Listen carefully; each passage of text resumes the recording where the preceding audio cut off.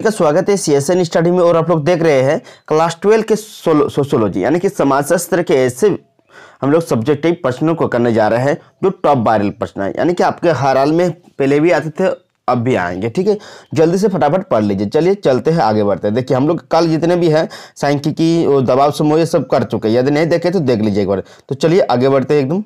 देखिए संयुक्त परिवार से रिलेटेड आपको आ सकता है तो आप लोग कर लीजिएगा। तो संयुक्त परिवार हम लोग आपको बता दिए थे कि उसमें विशेषताएं गुण क्या है संयुक्त परिवार की, तो आप लोग एक बार थोड़ा सा पढ़ लीजिएगा कि जानते हैं जॉइंट फैमिली में क्या क्या विशेषताएं होती है, तो उसको लिख लीजिएगा कि संयुक्त परिवार में एक ही जगह खाना बनता है, एक ही संपत्ति का एक ही साझेदारी होता है, पारिवारिक पूजा में सभी कोई भाग लेते हैं। इस तरह से आप लोग अपने हिसाब से बना सकते हैं। ऐसा नहीं कि परीक्षा में क्या लिखा रहता है कि अपने शब्दों में उत्तर दे, यानी कि आप अपने अनुसार लिख सकते हैं। ठीक है, ऐसा नहीं है कि संयुक्त परिवार की विशेषता। देखिए संयुक्त परिवार की विशेषता है कि सामूहिक निवास स्थान और रसोई परिवार के सभी सदस्यों के एक छत के नीचे रहते हैं। पूरा घर छोटे छोटे कमरों में विभाजित होता है। साथ रहने से परिवार के विभिन्न सदस्यों के बीच सामूहिक भावना विकसित होती है, यानी कि पूरे घर के लिए एक ही रसोई घर होता है। यहाँ पर साफ साफ लिखा है क्या, संयुक्त परिवार की विशेषताएं लिखिए। ठीक है, आप लोग आसानी से लिखते पहले लिखिएगा कि विशेषता, यदि इस तरह से संयुक्त परिवार क्या है और संयुक्त परिवार की विशेषता लिखे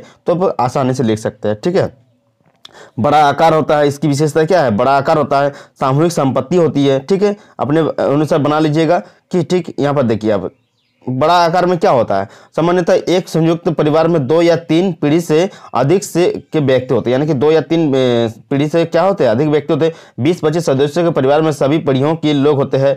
नगरों की अपेक्षा गांव में संयुक्त परिवार का बड़ा आकार देखने को मिलता है, यानी कि नगरों की अपेक्षा जो गाँव में है सबसे ज्यादा बड़ा आकार देखने को मिलता है क्या, संयुक्त परिवार यानी जॉइंट फैमिली। ठीक है, जिसमें दादा दादी, पोता पोती, चाचा चाची, ताऊ ताई, चचेरे, भाई बहन आदि होते हैं, यानी इसमें आप लोग आराम से लिख पाइएगा। ठीक है, देखिए नेक्स्ट है इसमें सामूहिक संपत्ति, जैसे हम लोग बताइए। उसके बाद सामूहिक कर्मकांड उत्सव, समाजवादी व्यवस्था, यानी कि देखिए सामूहिक परिवार में क्या लिखिएगा, सामूहिक संपत्ति में क्या लिखिएगा, पहले देख लीजिए।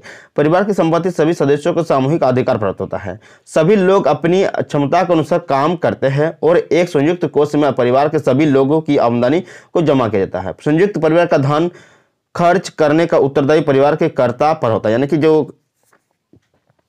उसमें जो करता है उसी को धन खर्चे का क्या होता है, उत्तरदायी होता है। परिवार का एक ही मालिक होता है और वही क्या करता है, सारी मतलब सबका उस जो धन है उसमें सबका हक होता है, लेकिन एक कर्ता जो होता है वही क्या होता है, उत्तरदायी होता है धन खर्चे करने का, मतलब एक ही लीडर होता है। ठीक है, इसमें देखिए सामूहिक, आप लोग जानते हैं अपने घर में यदि किसी का संयुक्त परिवार होगा तो आप बहुत आराम से लिख पाएंगे सामूहिक परिवार को। ठीक है, ये संयुक्त परिवार या समूह वाला जो संयुक्त मतलब कैसे एक जॉइंट फैमिली की सामूहिक कर्मकांड और उत्सव। ठीक है, अब हर संयुक्त परिवार का अपना रीति रिवाज तथा कर्मकांड होता है जिसका निर्धारण जातीय मूल्यों और धार्मिक कर्तव्यों के आधार पर होता है, यानी कि सामूहिक पूजा की पद्धति पीढ़ी दर पीढ़ी चलती रहती है। इसमें परिवार में एकता में वृद्धि होती है। सामूहिक पारिवारिक देवता को कुल देवता कहा जाता है, यानी कि जो सामूहिक परिवार के एक देवता होती है जिसमें पूजा होती है वो, जिसे हम लोग क्या मानते हैं, कुल देवता की पूजा होती है। समाजवादी व्यवस्था होती है। समाजवादी व्यवस्था में क्या लिखिएगा, इस तरह के पॉइंट वाइज लिखिएगा। ठीक है, समाजवादी व्यवस्था, सुरक्षा, आर्थिक स्थिरता। ठीक है, तो समाजवादी व्यवस्था को चलिए पढ़ लेते हैं। परिवार के सभी सदस्य परिवार की भलाई के लिए कार्य करते हैं और सबके कर्तव्य समान होते हैं। परिवार की संपत्ति पर सभी सदस्यों का अधिकार होता है। प्रत्येक सदस्य से उसकी क्षमता के अनुसार प्रत्येक को उसकी आवश्यकता के अनुसार सिद्धांत का पालन किया जाता है। परिवार के सदस्य मिलजुल कर एक ही कार्य को संपन्न करते हैं। उत्पादन कार्य में क्या होता है, स्त्री पुरुष और बच्चे सहयोग देते हैं, यानी कि सब उत्पादन कोई भी कार्य करता है तो उसमें बच्चे भी, स्त्री पुरुष सब मिलकर क्या करते हैं, बच्चे भी अपना सहयोग देते हैं ताकि कार्य को पूरा कर पाए। नेक्स्ट क्वेश्चन क्या है, उसी का आंसर है इसमें सुरक्षा। तो उसमें सुरक्षा क्या होता है, एकाकी परिवार में कम सदस्य होते हैं। उनमें से देखिए एकाकी परिवार में बहुत ही कम सदस्य होते हैं, उनमें से कोई बीमार पड़ जाएगा, चाहे भ्रमण के लिए चला जाए तो परिवार के कार्यों में बाधा पड़ जाता है। संयुक्त परिवार में ऐसी कोई बाधा नहीं पड़ती है, तो एक दूसरे की भलाई के लिए कार्य करते हैं, यानी कि इसमें जो संयुक्त परिवार बहुत ही अच्छा है। क्योंकि देखिए एकल परिवार में क्या होता है, कोई बीमार पड़ गया तो ठप हो जाता है एकदम, मतलब परिवार को चलाना बहुत ही कठिन हो जाता है यदि घर का मालिक ही कुछ हो गया तो। यानी कि संयुक्त परिवार में ऐसा नहीं होता है। ठीक है, आप लोग जॉइंट फैमिली में ऐसा बाधा कोई उत्पन्न नहीं होता है, कोई भी बाहर जा सकता है या कोई बीमार पड़ गया तो कोई असुविधा नहीं, उसको देखने के लिए भी है और साथ ही काम करने के लिए भी है। आर्थिक स्थिरता क्या है, यानी इसमें आर्थिक स्थिरता में पैसे की धन की स्थिरता होती है कि सभी सदस्यों का कमाई धन एक ही कोष में जमा होने की आवश्यकता अनुसार व्यय करने से परिवार की आर्थिक स्थिति बिगड़ने नहीं पाती है और आर्थिक स्थिति बनी रहती है। यानी कि देखिए, एक खर्चा ज़्यादा नहीं होता है, ठीक है, जो भी खर्चा होता है तो मतलब कुछ ना कोई धन कमा कर लाता है, तो एक आर्थिक स्थिति क्या होती है, बनी रहती है। अब चलिए पढ़ते हैं क्षत्रियवाद। यानी कि क्षत्रियवाद क्या है, क्षत्रियवाद की समस्या का समाधान है तो सुझाव दे। ठीक है, क्षत्रियवाद आपको क्षत्रवाद से आप लोग बताए थे ना, क्षत्रवाद क्या है, पहले पढ़ लीजिए क्षत्रवाद। तो क्षत्रवाद आप लोग को बताए थे कि एक ही तरह के जितने भी लोग हैं एक ही क्षेत्र में संस्कृत भूभाग लोग समस्त देशवासी एक संस्कृत तो अपना पृथक मानने लगे और उसको क्या कहते हैं हम लोग, क्षत्रवाद कहते हैं। तो इसके बताए थे कल, यदि नहीं देखे तो देख लीजिएगा वीडियो को। ठीक है, जो 20 टॉप वायरल प्रश्न है, ठीक है, ऑब्जेक्टिव मतलब सब्जेक्टिव है, जो आपके क्या हो गया जाएगा वो बहुत ही आसानी से मिल जाएंगे। ठीक है, वो आसानी से जितने भी टॉप बताए हैं ना कल का प्रश्न, वो सबको देख लीजिएगा। रात में वो आपको डिस्क्रिप्शन लिंक दे देंगे। साथ ही आपको एक चीज़ बोलना चाहते हैं आगे बढ़ने से पहले कि हमारे चैनल में नए हैं तो सब्सक्राइब के बेल आइकन को प्रेस कर दीजिए, और साथ ही हमारे चैनल से आपको यदि फ़ायदा हो रहा है, आपको लाभ पहुंच रहा है, तो जरूर हमारे लिए एक वीडियो जरूर बनाइएगा। आपको डिस्क्रिप्शन में व्हाट्सअप नंबर है, उसमें भेज दीजिएगा बनाने के बाद। ठीक है, मिलते हैं, चलिए आगे बढ़ते हैं हम लोग। क्या है कि हम लोग पढ़ते हैं क्षत्रियवाद, यानी ये क्षत्रवाद की समस्या समाधान हेतु सुझाव दे।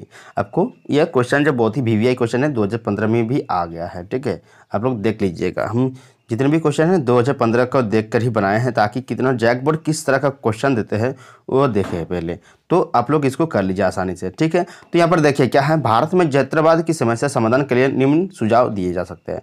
राष्ट्रीयता की भावना को विकसित करने, राष्ट्रीय भाषा की समस्या का समाधान करना, सांस्कृतिक एकता को मजबूत करना, संचार तथा यातायात के साधनों का विकसित करना। यानी कि इसमें देखिए, और 5वां नंबर में केंद्र तथा राज्यों के बीच मैत्रीपूर्ण संबंध स्थापित करना। यानी कि ये सब क्या है, क्षत्रवाद के समस्या के समाधान हेतु सुझाव। नेक्स्ट हम लोग चलिए पढ़ते हैं। ठीक है, परियोजना क्या है, यह भी क्वेश्चन जो है बहुत ही आपके 2 number 1 number 2 number 1 number 3 number में आ सकता है। साथ ही साथ आपको जो परियोजना का अर्थ भी आ सकता है, उद्देश्य भी आ सकता है, तो इसको कर लीजिए। चलिए, तो परियोजना की परिभाषा लिखिए। आपको इस तरह से दे सकता है, ब्लाड के अनुसार प्रोजेक्ट वास्तविक जीवन का एक क्या है, भाग है, जिसका प्रयोग विद्यालय में किया जाता है। यानी कि प्रोजेक्ट क्या है कि वास्तविक जीवन का ही एक भाग है, हमारे रियल जीवन का ही क्या है, एक भाग है, और जो हम लोग किस में करते हैं, विद्यालय में करते हैं। किसके अनुसार, तो ब्लड के अनुसार, ब्लड, ठीक है, ब्लड के अनुसार यह है। तो आपको पूछ सकता है।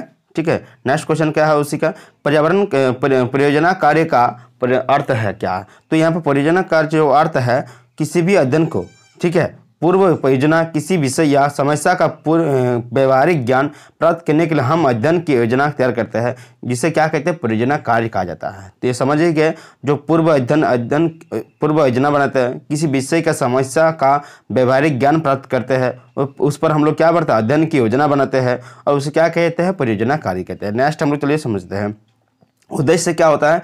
देखिए, परियोजना कार्य का उद्देश्य यह होता है कि परियोजना कार्य में निम्नलिखित उद्देश्य होता है कि किसी समस्या के विषय में जानकारी प्राप्त करना, पहले उसकी समस्या की जानकारी प्राप्त करना होता है, समस्या का कारण तथा परिणाम का पता लगाना होता है, समस्या क्या है उसका क्यों कारण पता करना होता है, और उसके बाद उसका पता लगाना होता है, परिणाम का पता। किसी विशेष, देखिए, समूह या समुदाय के बारे में सैद्धांतिक ज्ञान की सहायता से व्यवहारिक ज्ञान प्राप्त होता है। यानी कि किसी विशेष समूह या सामुदायिक जो सैद्धांतिक ज्ञान की सहायता से क्या होता है, व्यवहारिक ज्ञान प्राप्त होता है। ठीक है, नेक्स्ट इसी का है, सरकार को स्वयंसेवी संस्थान को या समाज सुधारकों को सूचना प्रदान करना चाहिए। मतलब जो होता है इसमें कि सरकार को क्या स्वयंसेवी संस्थान को या समाज सुधारकों को क्या करना चाहिए, सूचना प्रदान करना चाहिए। नेक्स्ट इसी का है कि उद्देश्य क्या होता है कि प्रदान करना होता है। ठीक है, विभिन्न अध्ययन पद्धतियों के उपयोग के लिए होता है। ठीक है, इसका उद्देश्य। नेक्स्ट इसी का है कि 6 नंबर के सामाजिक नियोजन को सफल बनाने में योगदान देने के लिए होता है। ठीक है, इसका उद्देश्य समाज कल्याण में योगदान देने के लिए इसका उद्देश्य होता है, समाज कल्याण में योगदान देने के लिए होता है इसका उद्देश्य। मनोवैज्ञानिक संतुष्टि प्राप्त करने के लिए भी क्या सामाजिक जो परियोजना कार्य का क्या होता है, वो उद्देश्य होता है। ठीक है, नेक्स्ट हम लोग पढ़ते चलिए, नगरीकरण या नगरीकरण की मुख्य विशेषताएं क्या है, या नगरीकरण की प्रक्रिया की विवेचना करें। देखिए, नगरीकरण से आपको एक क्वेश्चन आ सकता है, तो आप लोग अपने हिसाब से लिख लीजिए, थोड़ा समझ लीजिए, तो आप लोग बनाकर भी लिख सकते हैं। ठीक है, नगरीकरण यानी कि सामाजिक परिवर्तन की एक जटिल क्या है प्रक्रिया है, जिसके माध्यम से ग्रामीण समाज नगरीय समाज में परिवर्तित होता है। यानी कि ग्रामीण समाज जो है वो किस में परिवर्तन हो जाता है, नगर में परिवर्तित होता है। दूसरे शब्दों में नगरीकरण वो प्रक्रिया जिसके माध्यम से ग्रामीण समाज में नगरीय तत्वों का विकास होता है। यानी कि आपको एक क्वेश्चन यह भी आ सकता है कि नगरीय समाज और ग्रामीण समाज में क्या अंतर है या किस प्रकार भिन्न है, बहुत सारे क्वेश्चन आ सकते हैं, तो उसको बनाकर लिख सकते हैं आप लोग। ठीक है, नगरीकरण वो प्रक्रिया है जिसमें कृषि कार्यों के महत्व में कमी आती है। ठीक है, नगरीकरण में कृषि कार्य की कमी होती है, लेकिन यह लिख सकते हैं कि ग्रामीण क्षेत्रों में क्या होता है, कृषि कार्य की महत्व होती है। तो आप लोग इसको भिन्न किस तरह से होती है वो भी अपना अनुसार बना सकते हैं, इसको यदि पढ़ लेते हैं तो। तथा व्यावसायिक एवं औद्योगिक गतिविधियों के महत्व में वृद्धि होती है। ग्रामीण जनता का पलायन शहर की ओर होता है तथा ग्रामीण समाज में नगरीय तत्वों का समावेश होता है। यानी कि इसमें देखिए साफ साफ यहाँ पर क्या है, जो ग्रामीण जनता होते हैं वो कहाँ को पलायन करते हैं, इनके शहर के लोग चले जाते हैं, और ग्रामीण समाज में नगरीय तत्वों का क्या होता है, धीरे धीरे समावेश होता है। इसका मुख्य कारण क्या है, शहरों के औद्योगिक व्यावसायिक गतिविधियों तथा बेहतर जीवन स्तर। यानी कि जो शहरों के औद्योगिक मतलब कारखानों व्यावसायिक गतिविधियाँ सभी क्या है, जिसके कारण ये क्या होता है, जो नगरीय समावेश धीरे धीरे ग्रामीण में भी पहुँच जाता है। ठीक है, चलिए आगे बढ़ते हैं।